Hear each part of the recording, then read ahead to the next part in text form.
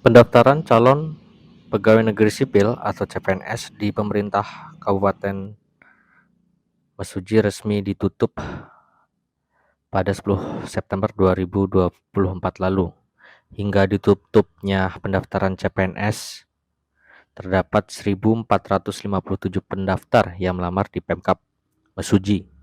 Hal tersebut dibenarkan oleh Kepala Bidang Pengadaan Kepangkatan, Mutasi dan Informasi BKPSDM Mesuji, TB Reza Aspar saat dikonfirmasi pada Jumat 13 September 2023. Untuk jumlah pendaftar CPNS tahun 2024 ada 1.457 pelamar yang terdiri dari informasi teknis dan kesehatan, ujar Reza.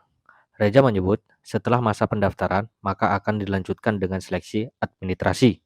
Dikatakan Reza, dari ribuan pelamar yang mendaftar CPNS di Pemkab Mesuji, masih terdapat beberapa formasi yang kosong. Adapun formasi yang kosong pelamar ada formasi dokter spesialis jantung, dokter spesialis urologi, dan apoteker khusus disabilitas. Diberitakan sebelumnya, pemerintah Kabupaten Mesuji melalui Badan Kepegawaian dan Pengembangan Sumber Daya Manusia bakal membuka formasi CPNS sebanyak 63 formasi. Reza mengatakan, formasi yang telah disetujui pemerintah pusat jumlahnya sama dengan yang diajukan oleh Pemkab Mesuji. Menurutnya, saat pengajuan jumlah formasi CPNS berjumlah 63, sedangkan untuk PPK ada 323 formasi yang diusulkan. Apa ya, Mas?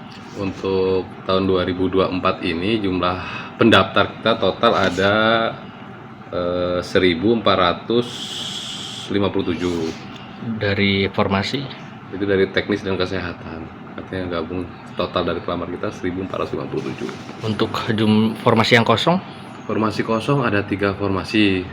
Itu formasi dokter jantung, spesialis jantung, dokter spesialis urologi, sama apoteker untuk formasi disabilitas. berarti ini udah terakhir ya, Mas, udah nggak ada lagi penambahan. Pendaftaran sudah tutup sejak tanggal 10 September kemarin, jadi kemungkinan sudah tidak ada penambahan lagi. Oke,